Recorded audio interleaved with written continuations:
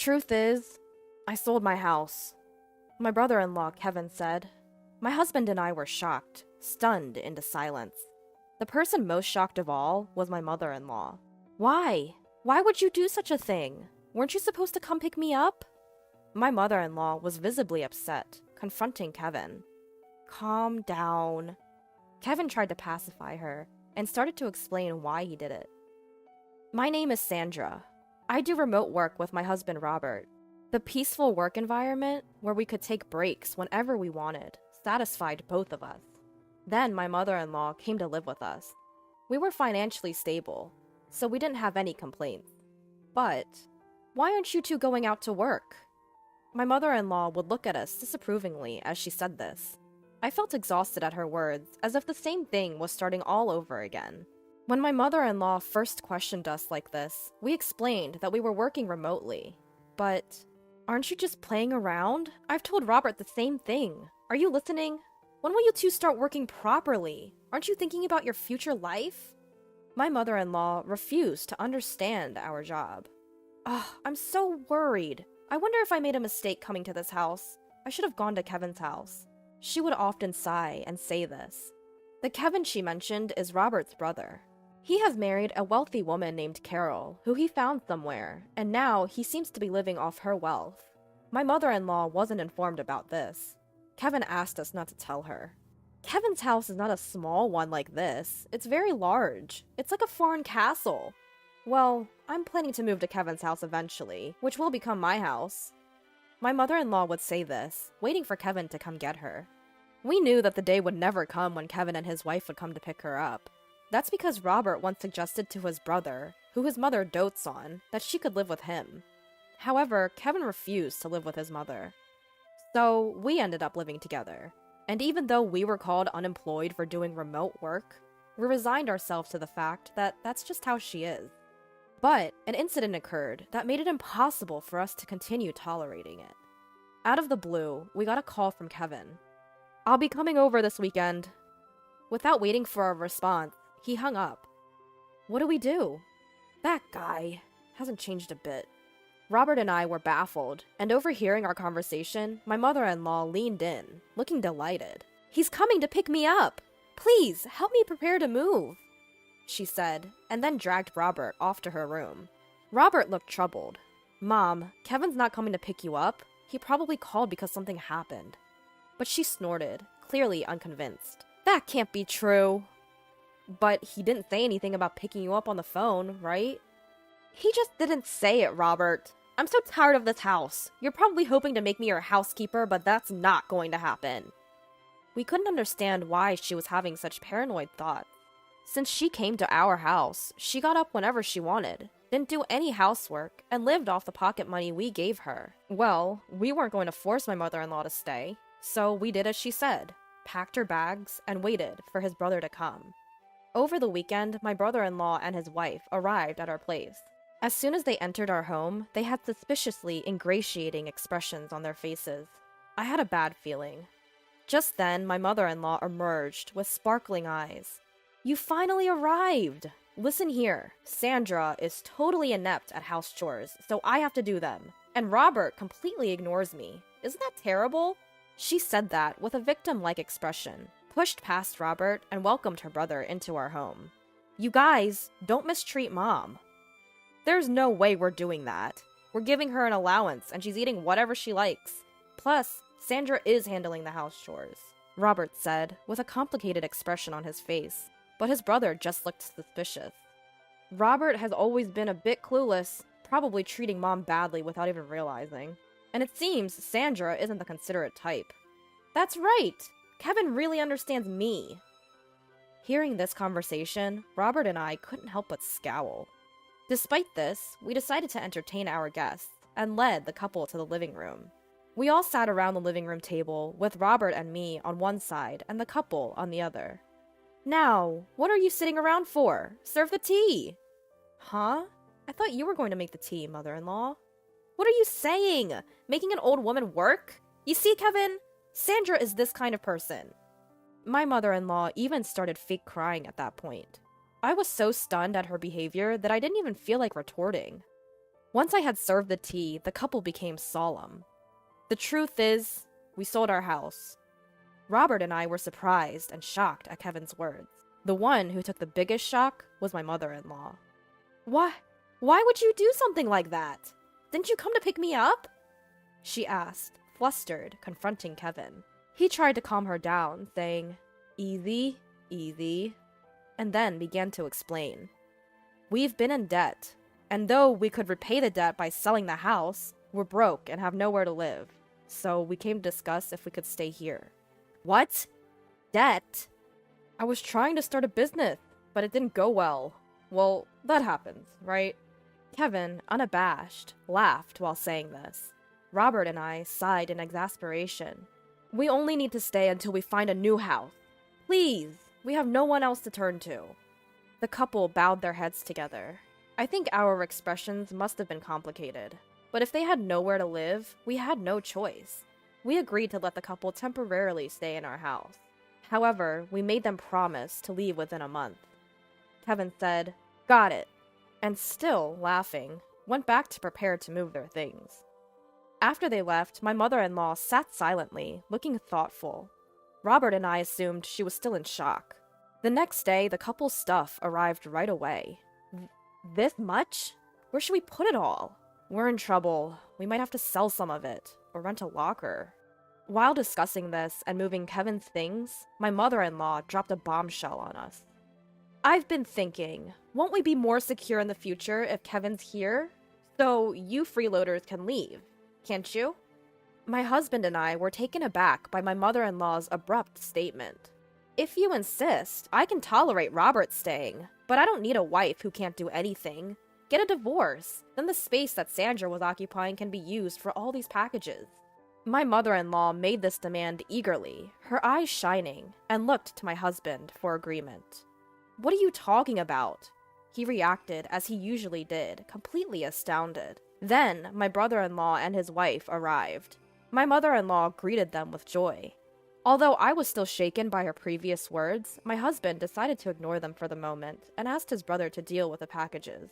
There were more than I thought. Try to reduce the number, rent a locker, or sell some if you have to. When my husband said that, his brother glared at him and said, "What are you talking about? These are important packages. How could I sell them? And what if someone steals them from a locker? What if they get damaged? Are you going to take responsibility, bro?" My husband shook his head at his brother's selfish behavior. This is our house, you know. It's only natural that you should endure some inconvenience, right? If you don't like it, find a place to live, quickly, and leave. At that moment, my mother-in-law shouted, "What are you talking about? Didn't I just say, if you two are not happy with Kevin and the rest, you can leave. You're basically freeloaders. You're not needed in this house. Kevin is trying to start a business, and all you two do is loaf around the house doing so-called remote work. You're a nuisance." My mother-in-law said this as if it were her own house. My husband and I looked at each other in disbelief. My brother-in-law and his wife were surprised at my mother-in-law's words, but then they started to smirk. That might not be a bad idea. "Mom, that's a good idea. Yeah, it's a hassle to look for a place, so we could live here. So sell this house to us. Right, Carol? I feel uncomfortable with you two around, so it would be helpful if you sold this place to us. Plus, it seems like our mother-in-law is on our side, so sell this place to us." My husband and I were dumbfounded at their words.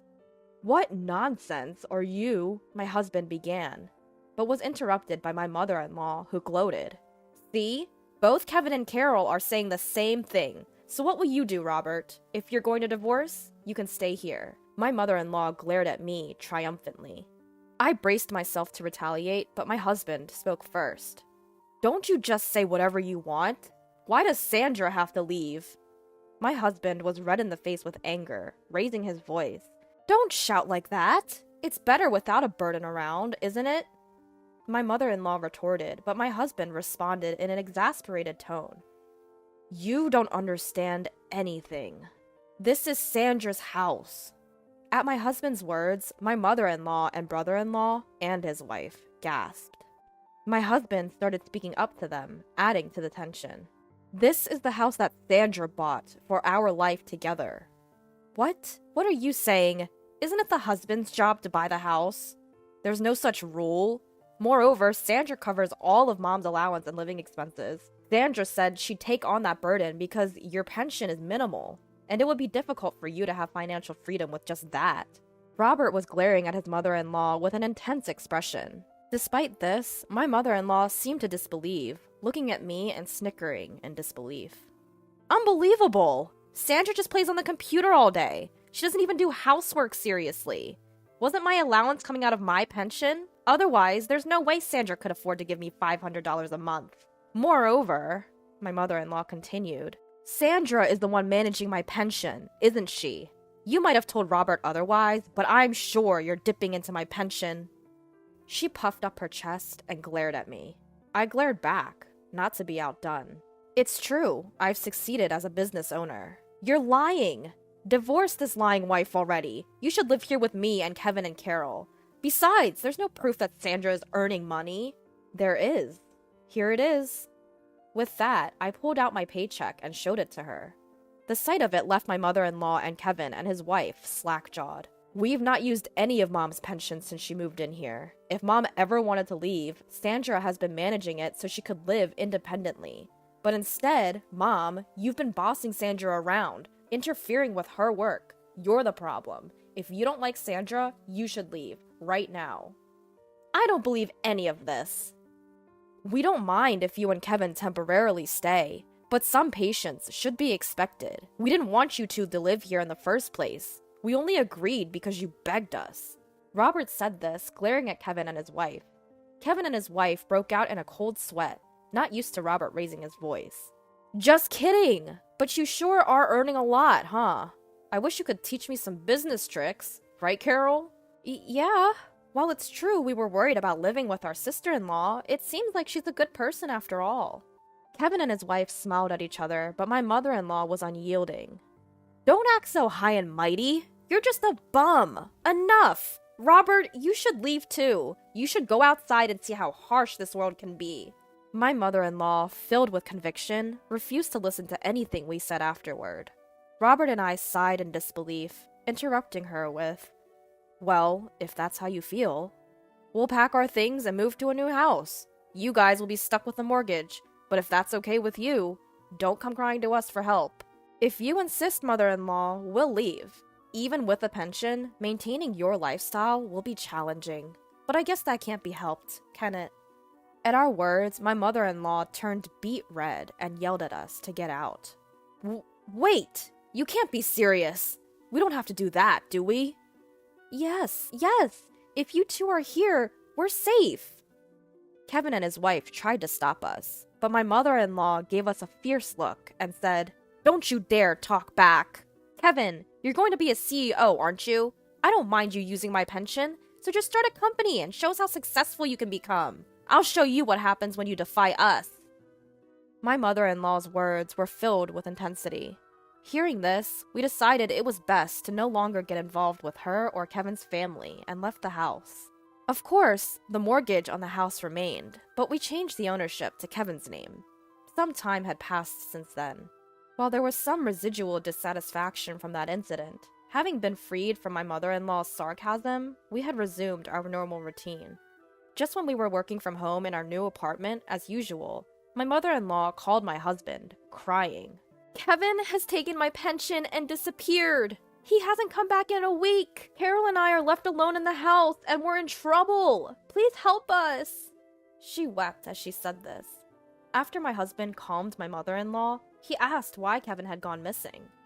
I gave all of my pension to Kevin for his startup, but he ended up spending it all on gambling. When I confronted him about it, he disappeared. She cried out desperately. Since my mother-in-law couldn't continue the conversation through her sobbing, the phone was handed to Carol. Could you please call us back? We can't live like this. Ever since Kevin failed his startup and sold the house we were living in, our parents have disowned us. My dad won't forgive us for selling that house. We haven't been able to reach either our dad or mom since... Carol pleaded with my husband. At the sight of them, my husband muttered, I knew it, in a disgusted tone. That's unfortunate, but don't involve us. We warned you when we left, didn't we? Even if you come crying to us, we won't help.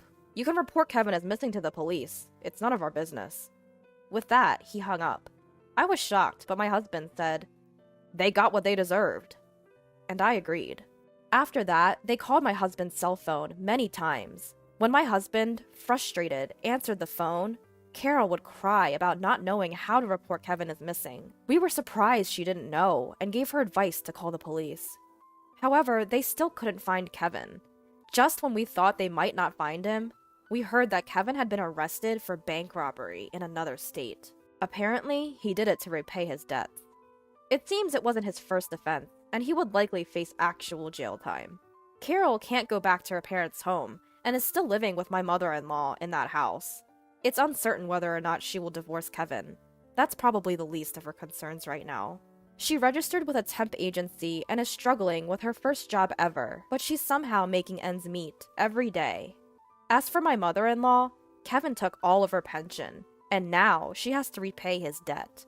She has also started working part-time to repay the debt. My husband and I expressed sympathy for my mother-in-law and sister-in-law's family, but we have made it clear that we have no intention of helping them, and we have cut off all communication.